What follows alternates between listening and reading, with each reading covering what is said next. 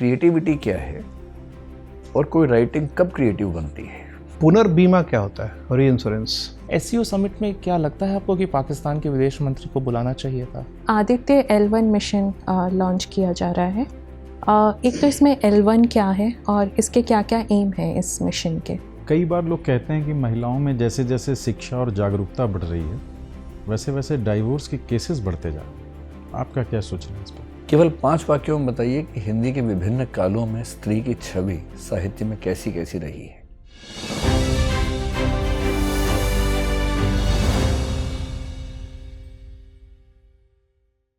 मैं कमी sir? Yes please कर, बैठिए। नमस्ते सर। नमस्ते मैम। नमस्ते सर। बैठिए बैठिए बैठिए। आप कृतिका हैं? Yes sir.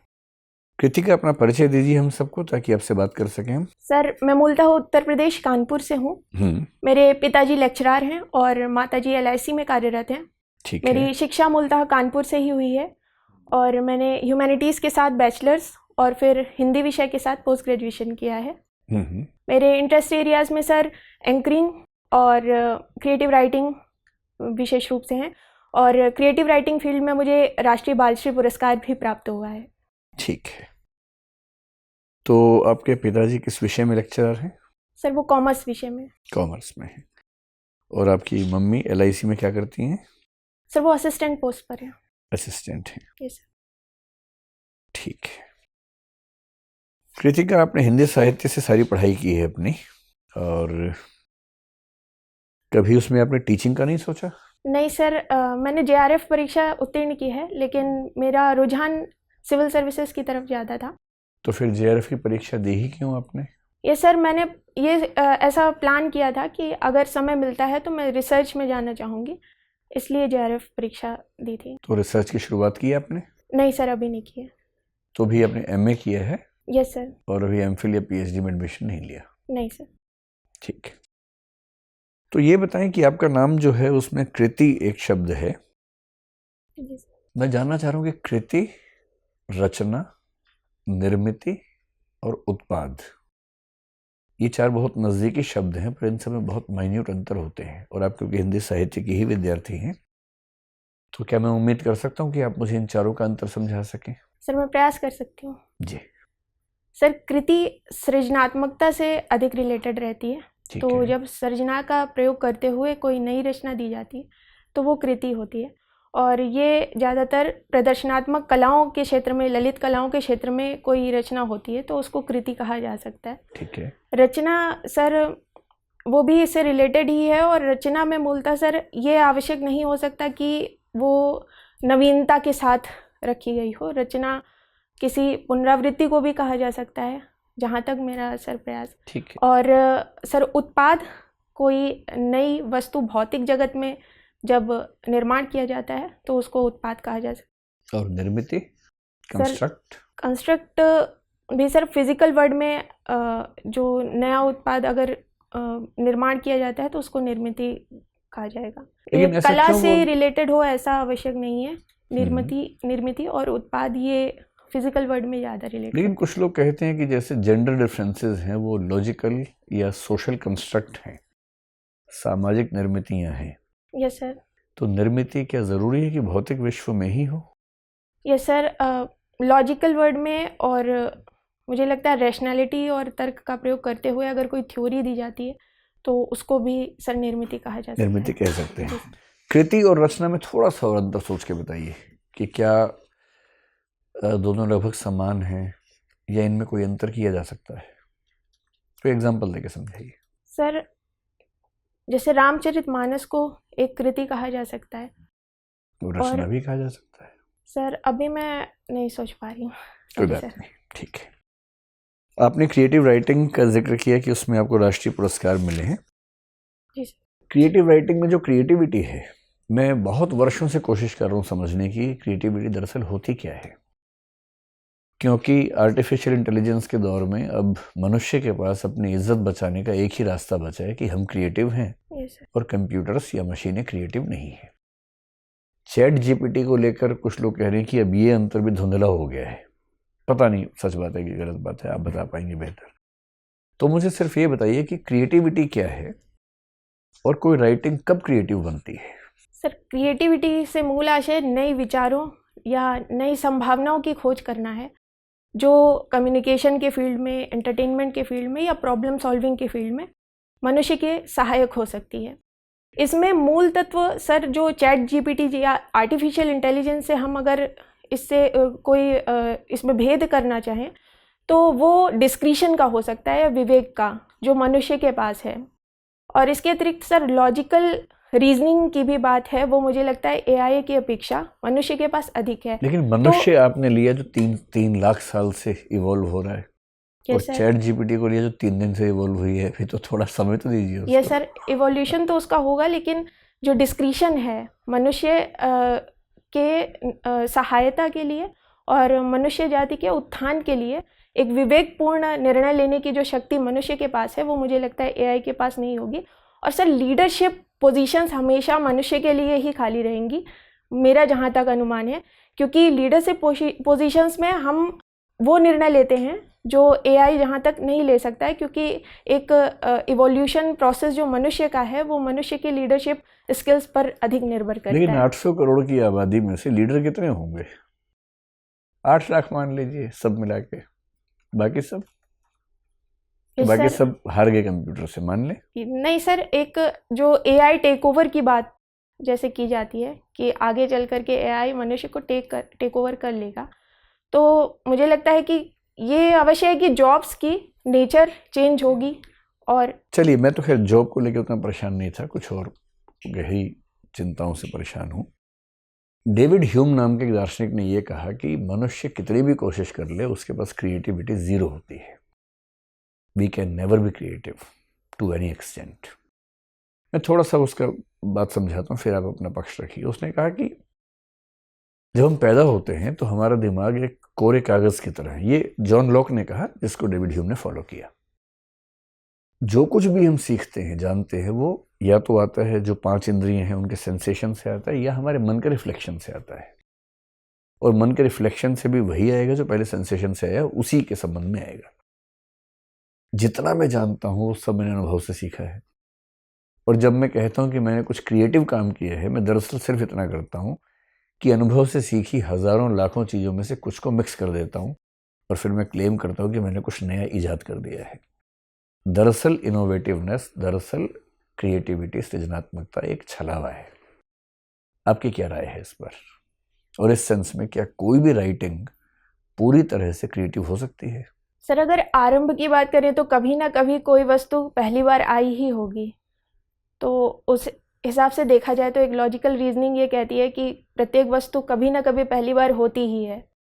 और दूसरी बात सर, हमारे न्यूरल सिनेप्सिस चेंज होते हैं, जितना ज़्यादा एक दूसरे से रिलेट करते हैं, उसके बाद वो नए सिनेप्सिस या नए मार्ग खोज करके, एक तरह से इसको सर डाटा लर्निंग कहा जा सकता है, जो पहले से हमारे पास है उसमें कुछ नवीनता लाई जा सकती है। हाँ, लेकिन न्यूरल सिनेप्सिस में जो चीज़ें चल रही हैं वो तो वही है ना जो अनुभव से आई हैं। खैर ठीक है, बड़ा अच्छा बताया सर, आप पूछिए। Thank you sir. Kritika, yes sir. आपके माताजी जीवन बीमा निगम में है, पिताजी भी कॉमर्स का शिक्षक है। Yes sir. तो नेचुरली आर्थिक विषयों में आपकी दिलचस्पी बचपन से रही होगी या समझ भी रही होगी। क्या होती है बीमा कंपनी, क्या करती है? सर इंश्योरेंस विशेष रूप से किसी इवेंचुअलिटी के विरुद्ध मनुष्य को रक्षात्मक उपाय, एक तरह से उसको आगे के लिए किसी तरह की चिंता आदि से मुक्ति का एक उपाय है इंश्योरेंस। तो आगे चल कर के किसी दुर्घटनावश अगर उसको एक सुरक्षात्मक उपाय की आवश्यकता होती है तो वो इंश्योरेंस उसे सुनिश्चित करता है। तो अगर मान लीजिए आपको बीमा कंपनी में मार्केटिंग का काम दिया जाए तो लोग ज़्यादा पॉलिसी खरीदें, इसके लिए आप क्या करेंगे?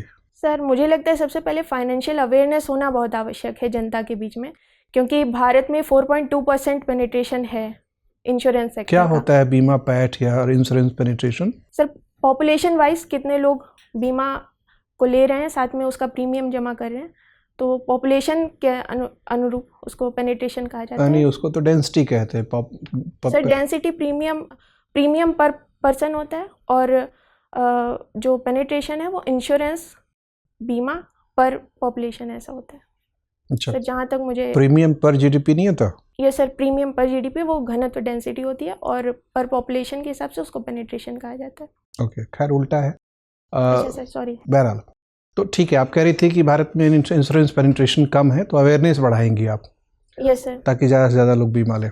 लेकिन जैसा कि आप कह रही हैं कि असुरक्षा की भावना के वजह से लोग बीमा लेते हैं, तो बीमा तो तभी ज़्यादा कर देंगे जब उनमें असुरक्षा की भावना बढ़ाई जाए किसी तरीके से। सर मुझे लगता है सुरक्षा की भावना बढ़ाने की कोई आवश्यकता नहीं है।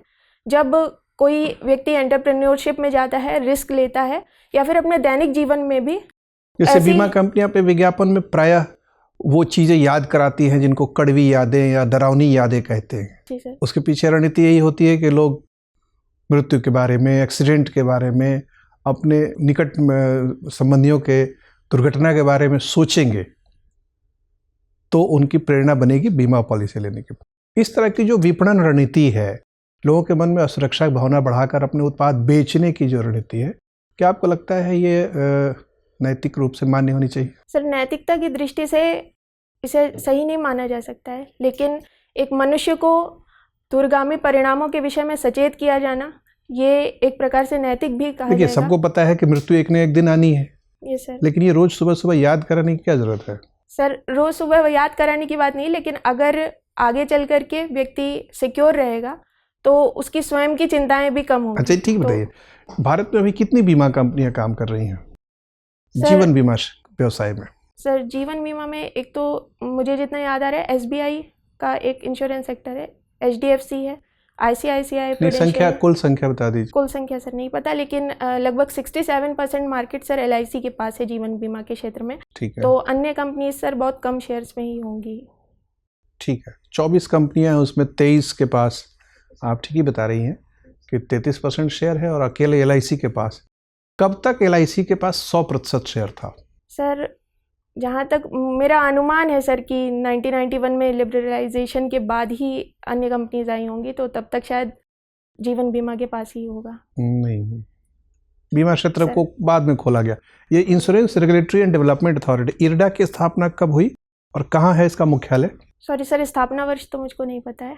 इंश्योरेंस रेगुलेटरी एक्ट कब बना? सॉरी सर, अच्छा, 1950s की बात होगी सर, जहाँ तक मैं हाँ, एक तो पुराना 1938 में बना, एक इधर बना है 99 में, 1999 में बना है सर, मुझको तो जानकारी तय है। प्राइवेट सेक्टर उसके बाद आया है।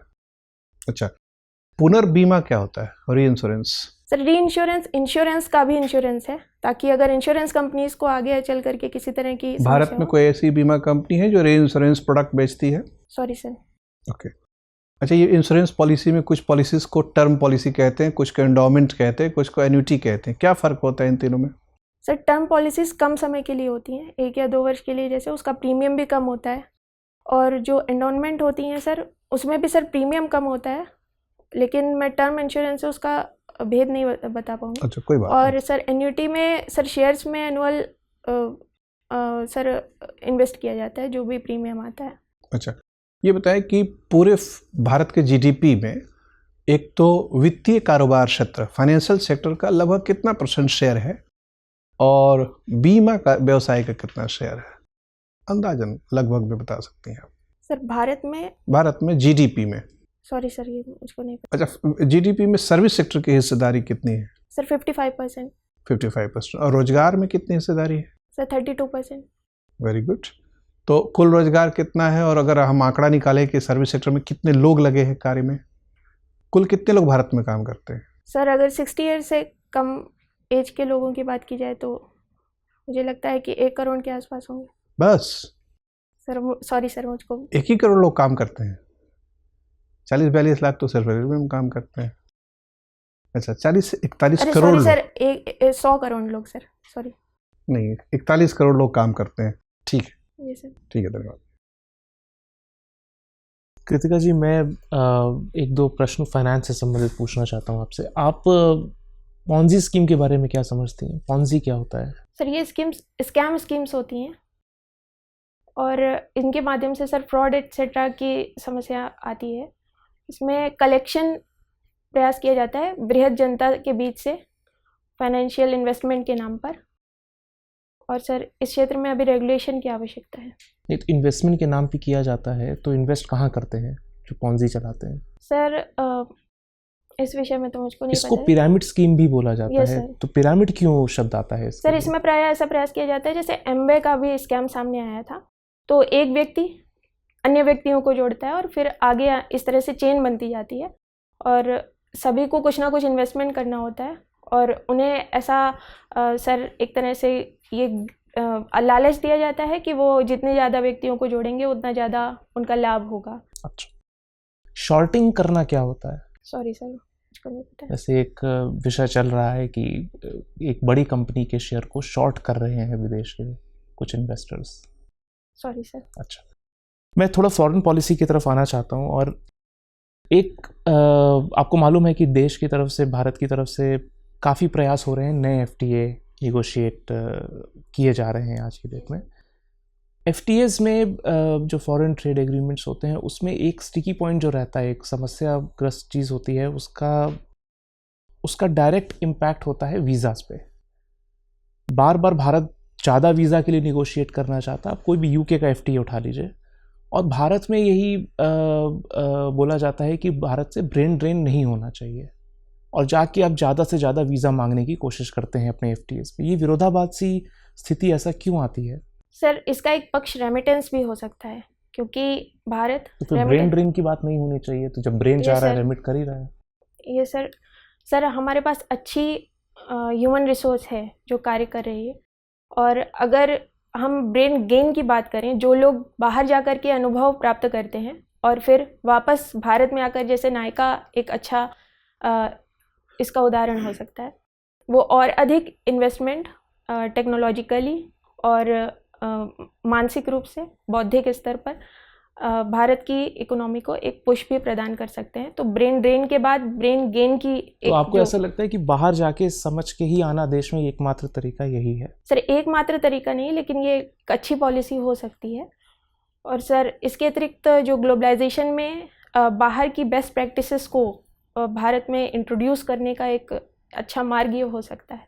ईरान में कई सारी हैंगिंग्स हो रही हैं, हिजाब को लेकर हो रही हैं। अगर आप विदेश सचिव हों और महिला मूवमेंट चल रहा है इतना विमेन राइट्स के लिए कि हिजाब नहीं होना चाहिए, और उसके बाद जो लगातार 23-24 लोगों को पब्लिकली हैंग किया गया, अगर आप विदेश सचिव हों तो आप ऐसे देश से रिश्ता रखना चाहेंगी क्या?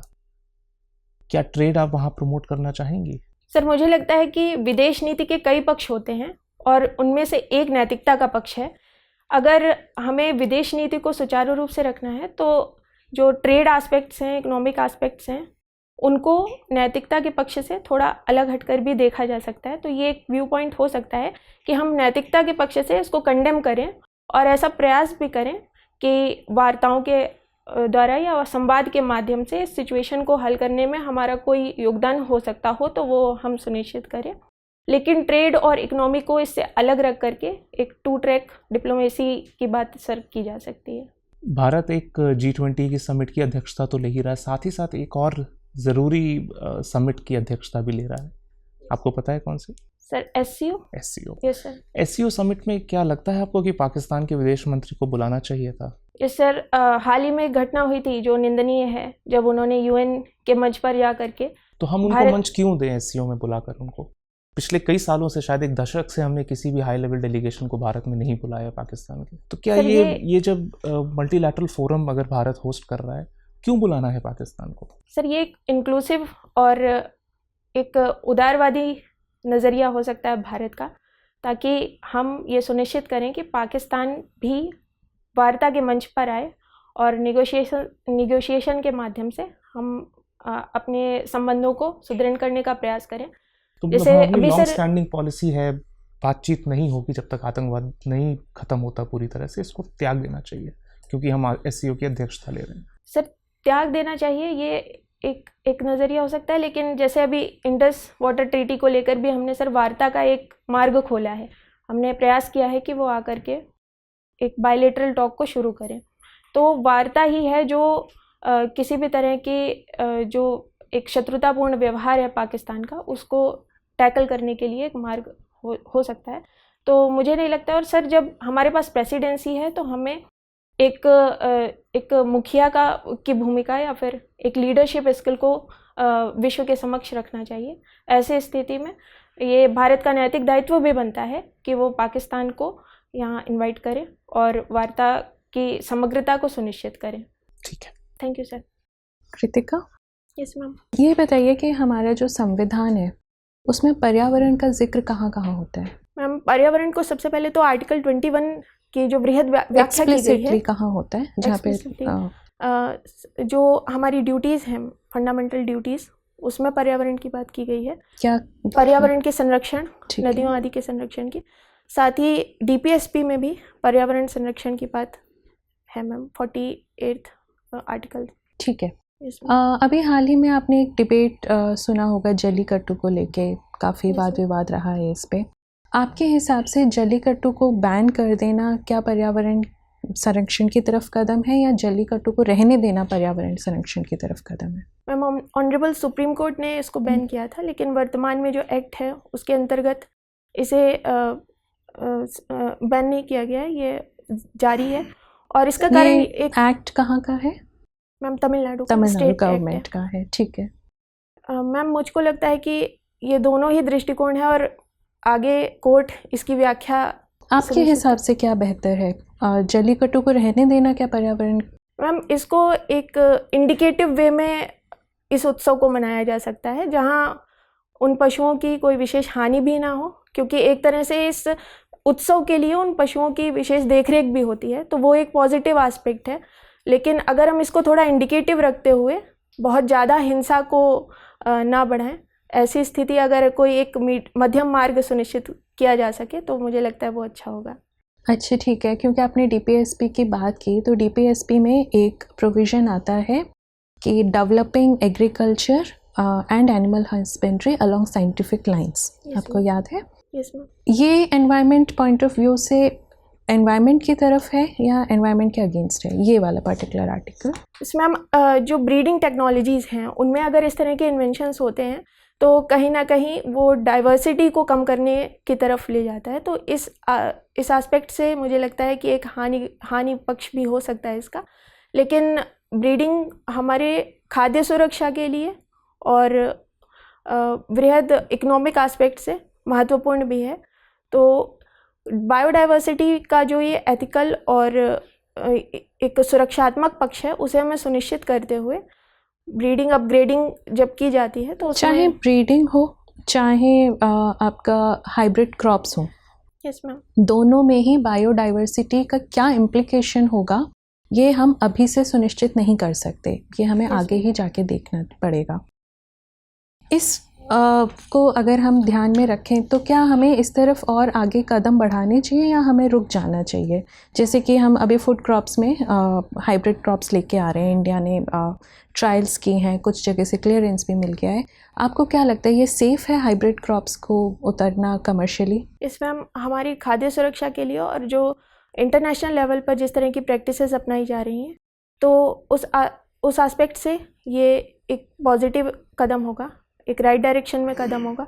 और हमारी जो GEAC है उसके द्वारा जो भी अप्रेजल दिया जाता है वो सुनिश्चित किया जाता है कि रिसर्च अच्छे से की गई हो और उसके बाद ही किसी तरह की अप्रेजल प्रदान किए जाते हैं। GEAC के बाद भी कई बार रिजेक्ट कर दिया गया है ऐसे क्रॉप्स को कमर्शियली रिलीज़ करने से। Yes ma'am. तो कहीं तो कुछ डाउट्स हैं ना?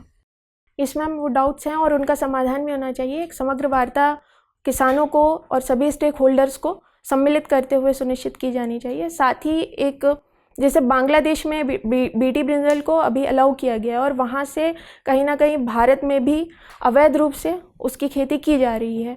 तो मैम जब इंटरनेशनल लेवल पर ये प्रैक्टिसेस तेज़ी से आगे बढ़ेंगी तो हो सकता है कि उसका कुछ ना कुछ इम्प्लीकेशन भारत में भी देखने को मिले। ऐसी स्थिति में हमें ये सुनिश्चित करना चाहिए कि हम रिसर्च और प्रॉपर जो भी डेटा कलेक्शन है उसके माध्यम से एक सुनिश्चित मार्ग तय करें। ये बताइए कि गिग वर्कर्स एक टाइप के वर्कर्स होते हैं, एक तो इनकी क्या डेफिनेशन है और ये अनऑर्गेनाइज सेक्टर से कैसे अलग होते हैं? मैम, गिग वर्कर्स मेनली जो 2 साइडेड मार्केट है उसमें कार्य करते हैं।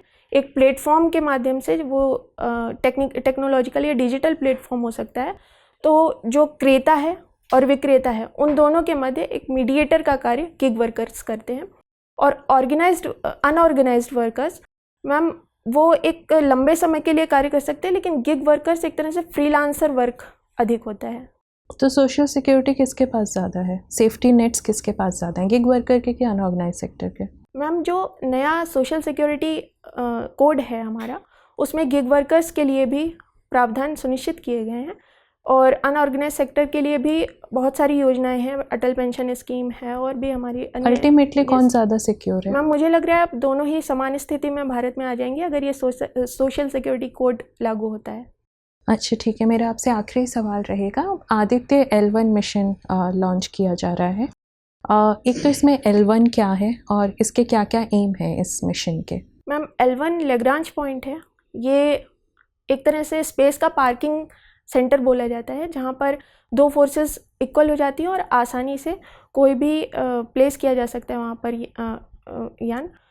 उसके अतिरिक्त जो आदित्य L1 मिशन है वो सूर्य के जो सोलर फ्लेयर्स हैं और कोरोनल एस्पेक्ट्स हैं उनको स्टडी करेगा, ताकि पृथ्वी पर आने वाली सोलर फ्लेयर्स और जो मैग्नेटिक इफ़ेक्ट होते हैं उनको हम स्टडी कर सकें।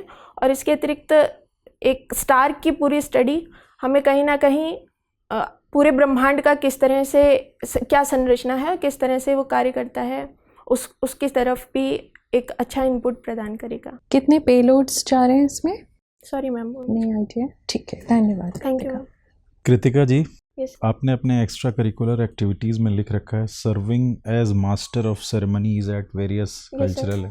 क्या करती थी आप इसमें, कुछ बताइए हमें। सर ये मुख्यतः पूरे कार्यक्रम को ऑर्गेनाइज करना, कोऑर्डिनेट करना और उसको संपन्न करवाना, ये कार्य होता है मास्टर ऑफ सेरेमनी का। सर इसको एंकरिंग भी इनफॉर्मल वे में बोला जाता है। Okay, yes sir. आप कल्चरल एक्टिविटीज़ में बहुत इन्वॉल्व रही हैं मुझे लगता है, नहीं? Yes sir.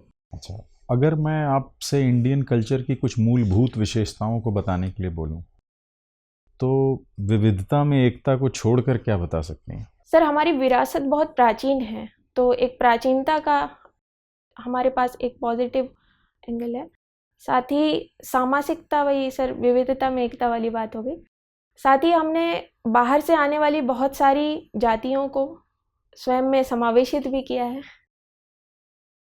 और सर एक निरंतरता भारत की संस्कृति में है। निरंतरता का आशय है कि हड़प्पा सिविलाइजेशन को अगर देखें और वर्तमान हमारी संस्कृति के जो एस्पेक्ट्स हैं उनको देखें, तो उनमें एक समानता भी कहीं ना कहीं मिलती है, चाहे वो मातृदेवी की पूजा हो या फिर पशुपति देव की पूजा हो या अन्य भी जो उस समय के सर कल्चरल प्रैक्टिसेस थी, वो वर्तमान में भी योगा जैसे है।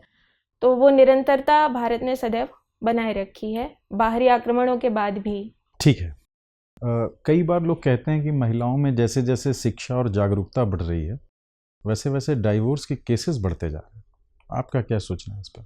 सर मैं इससे इत्तेफाक नहीं रखती हूँ। मुझे लगता है कि शिक्षा के साथ जैसे जैसे एम्पावरमेंट हो रहा है महिलाओं का, वैसे वो जागरूक हो रही हैं और अपनी बात को वैश्विक पटल पर सभी के सामने रखने की क्षमता उनमें आ रही है। इसका एक ये परिणाम हो सकता है कि जो पहले केसेस छिपे रह जाते थे वो अब सामने आ रहे हैं, और इस कारण से क्योंकि लीगल सहायता प्रदान की जाती है और डिवोर्स की एक लीगल बैकिंग है भारत में, जो पहले नहीं हुआ करती थी, तो वर्तमान में ये सुविधा। लेकिन सर मुझे अभी भी लगता है कि ये बहुत अच्छी स्थिति नहीं है। डिवोर्स अगर होता भी है तो बहुत ही सम्मानजनक एग्जिट की बात, मैरिज इंस्टीट्यूशन से बाहर आने की बात, वो महिलाओं के पास आज भी नहीं है। आज भी उन्हें बहुत सारी प्रताड़नाओं को झेलना पड़ता है। एक FIR को लॉन्च करना भी सर बहुत मुश्किल है भारत में। तो इस दृष्टि से मुझे लगता है कि शिक्षा और उनके सशक्तिकरण का ऐसा कोई डायरेक्ट सर हम प्रोपोर्शनल इफेक्ट नहीं कह सकते हैं इसको। जैसे मान लीजिए आपका सिलेक्शन हो जाए Yes, और sir. आपकी पोस्टिंग किसी ऐसी जगह कर दी जाए जहां वुमेन रिलेटेड जो सोशियो इकोनॉमिक इंडिकेटर्स हैं वो बहुत लो हैं, क्या कुछ क्रिएटिव आइडियाज़ हैं आपके पास? क्रिएटिव विचार तो आपको आते ही हैं, खैर, तो कुछ क्रिएटिव आइडियाज़ हैं?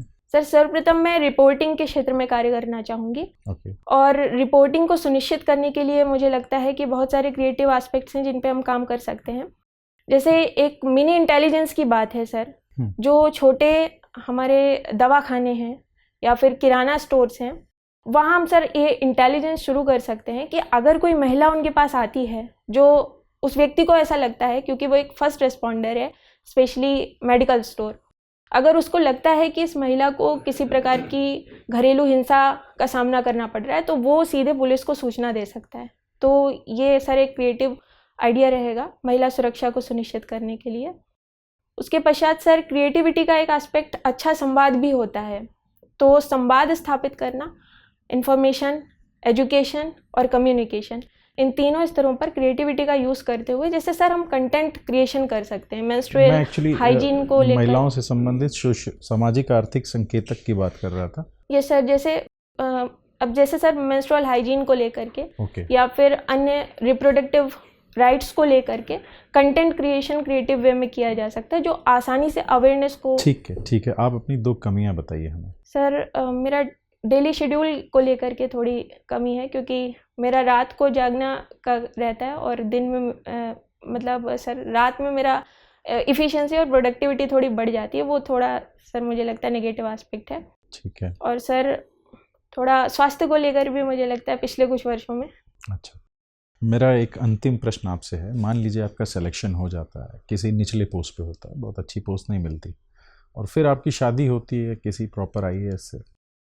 कुछ समय बाद आप दोनों को या उन्हें लगता है कि अब फैमिली चलाने में प्रॉब्लम हो रही है, बच्चों की देखभाल, खाना पीना और सारे घरेलू काम जो हैं उसमें दिक्कत आ रही है, तो वो अर्न तो कर ही रहे हैं अच्छा, तो वो आपसे कहते हैं कि आप अपनी जॉब छोड़ दीजिए, क्योंकि भाई एक तरफ से तो है ही है ठीक सब, क्या करेंगे आप?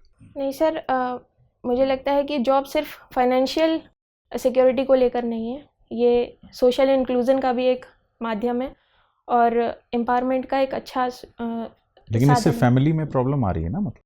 सर मैं संवाद के माध्यम से उसे टैकल करने का प्रयास करूंगी। ठीक है, थैंक यू सर। कृति, हिंदी साहित्य में ऐसा क्यों है कि आधुनिक काल से पहले हमें केवल 2 स्त्रियां मिलती हैं और उन दोनों के साहित्य में रहस्यवाद, भावुकता बहुत ही ज़्यादा है, चाहे वो मीराबाई हो चाहे महादेवी हो? क्या मान लें कि महिलाओं की छवि जैसी समाज में मानी जाती है, हिंदी साहित्य में दरअसल महिलाओं ने लिखा भी वैसा ही है? नहीं सर, ऐसा नहीं है, क्योंकि अगर मीराबाई की बात की जाए तो उन्होंने नारी विमर्श का आरंभिक उद्घोष किया था, जब उन्होंने कहा था अपने घर का पर्दा कर लो, मैं जोगन बोरानी। तो वो कहीं ना कहीं नारी विमर्श का आरंभिक काल है। लेकिन और उसमें तो जोगन वाली बात है ना कि मैं जोगन हूँ। Yes sir. और जोगन का मतलब है कि धर्म या भक्ति के रास्ते पर जाकर ही आप समाज से लड़ सकते हैं मध्यकाल में। क्या उसे नारी विमर्श मान सकते हैं?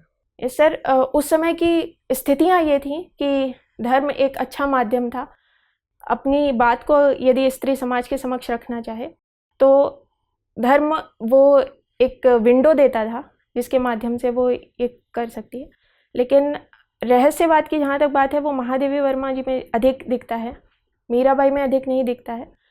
और ये सर एक सर सहमति इसमें हो सकती है कि आरंभ में रहस्यवादिता अधिक इसलिए थी क्योंकि महिलाओं के पास इतनी छूट नहीं थी कि वो समाज से सीधे अपनी बात को कह सकें। जो आधुनिक हिंदी साहित्य में स्त्रीवाद या नारीवाद है, क्या आज तक हम समझ पाए हैं कि दरअसल नारीवाद की डिमांड्स क्या हैं, और यदि हैं तो वो क्या हैं, बताइए।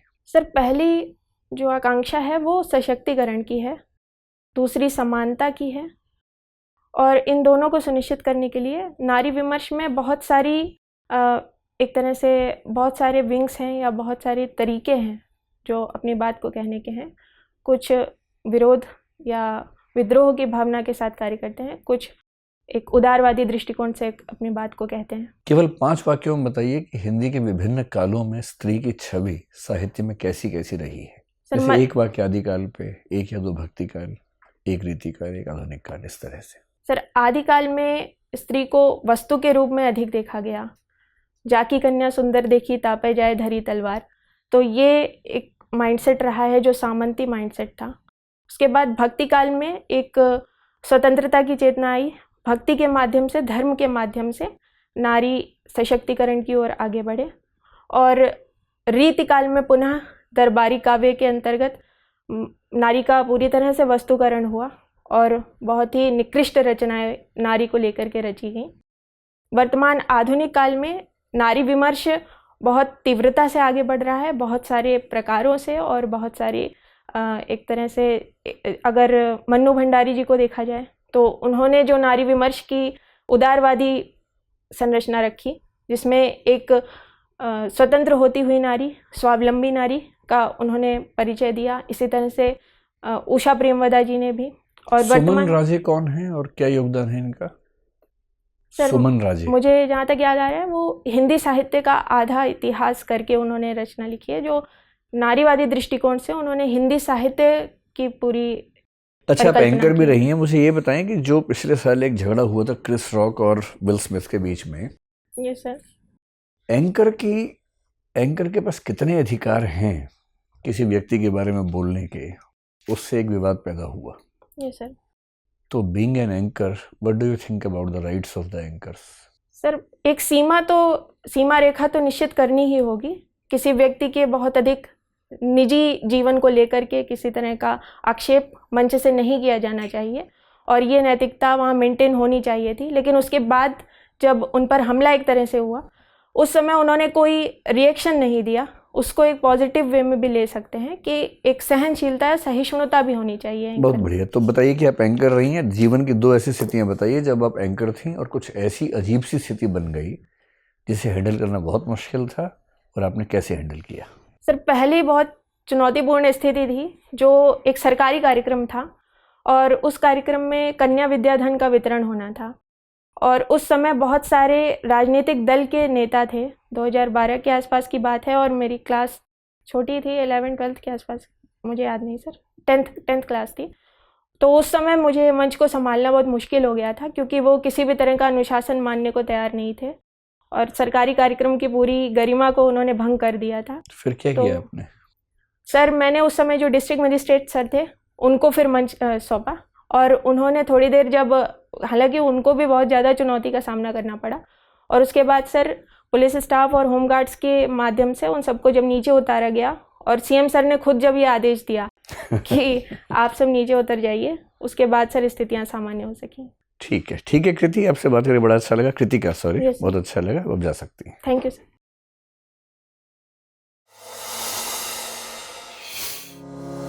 टीम दृष्टि पेश करती है आईएएस की तैयारी का अनूठा और स्थायी ऑनलाइन विकल्प, क्योंकि अब दिल्ली का क्लासरूम आ गया है आपके मोबाइल में। कोर्स में एडमिशन और लाइव क्लासेस के लिए डाउनलोड करें दृष्टि लर्निंग ऐप या हमें फ़ोन करें दिए गए फ़ोन नंबर्स पर।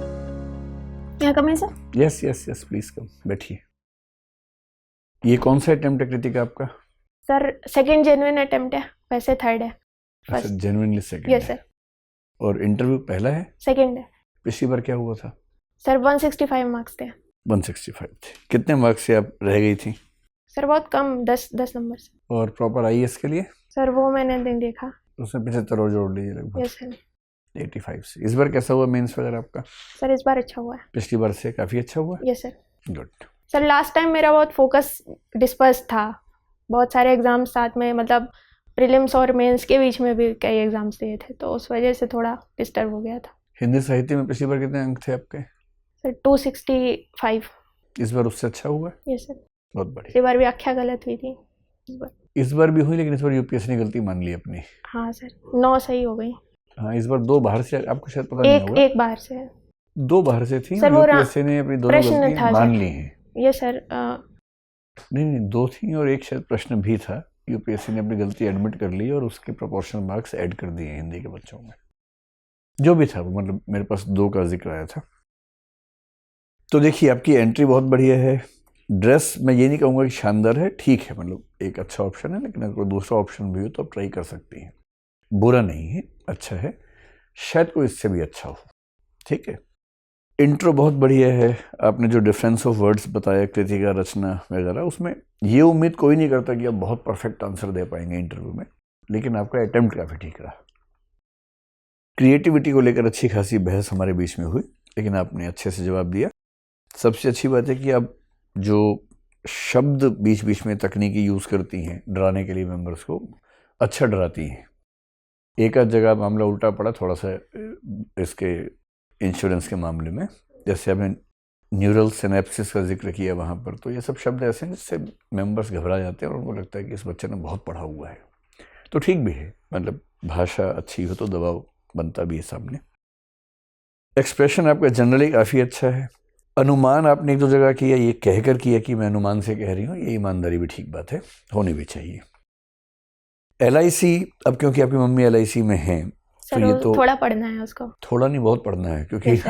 आपने खुद चल के बताया कि मेरी मम्मी LIC में है। Yes sir.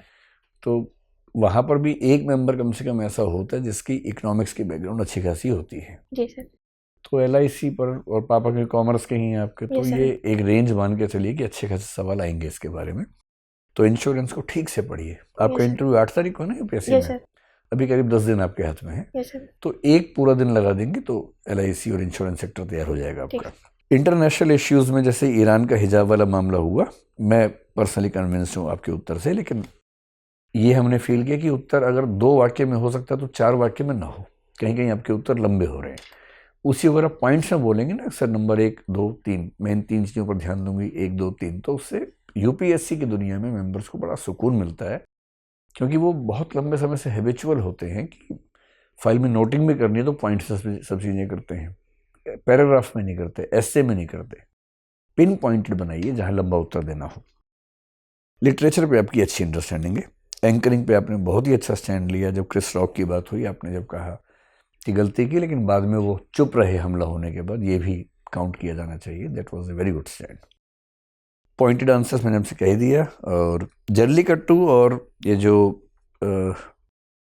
आपने कौन सा GM क्रॉप्स का सवाल पूछा था ना, तो जेनेटिकली मॉडिफाइड क्रॉप्स का जो सवाल था और जल्लीकट्टू जो था, हमें लगता है कि थोड़ा सा और बेहतर, थोड़ा ठोस स्टैंड ले सकती हैं आप। बहुत बीच बचाव करके निकलने से, संतुलन साधने से कई बार ना लगता है कि स्पाइन ठीक नहीं है। तो जल्लीकट्टू में हो सकता है कि तमिलनाडु में रह के स्टैंड लेना मुश्किल हो, यहाँ लेने में क्या दिक्कत है? तो आपकी जो भी राय हो, आप अपनी बात को थोड़ा बुलंदी से कहिए उस बात को, है ना। पर हमारा अनुमान है कि आपका इस बार का जो लेवल है, वैसे पिछली बार का तो ध्यान नहीं है, लेकिन इस बार का आपका लेवल 180-200 के बीच का कम से कम है। शुड बी समवेयर अराउंड 190, 195 और 200। बस आप यही परफॉर्मेंस वहाँ रखें, इन कमियों को और सुधार लें, तो हो सकता है कि आप इस बार सीधे मसूरी पहुँचें, वो भी द सर्विस के लिए, न कि वन ऑफ द सर्विसेज के लिए। कोई डाउट आपको? नहीं सर।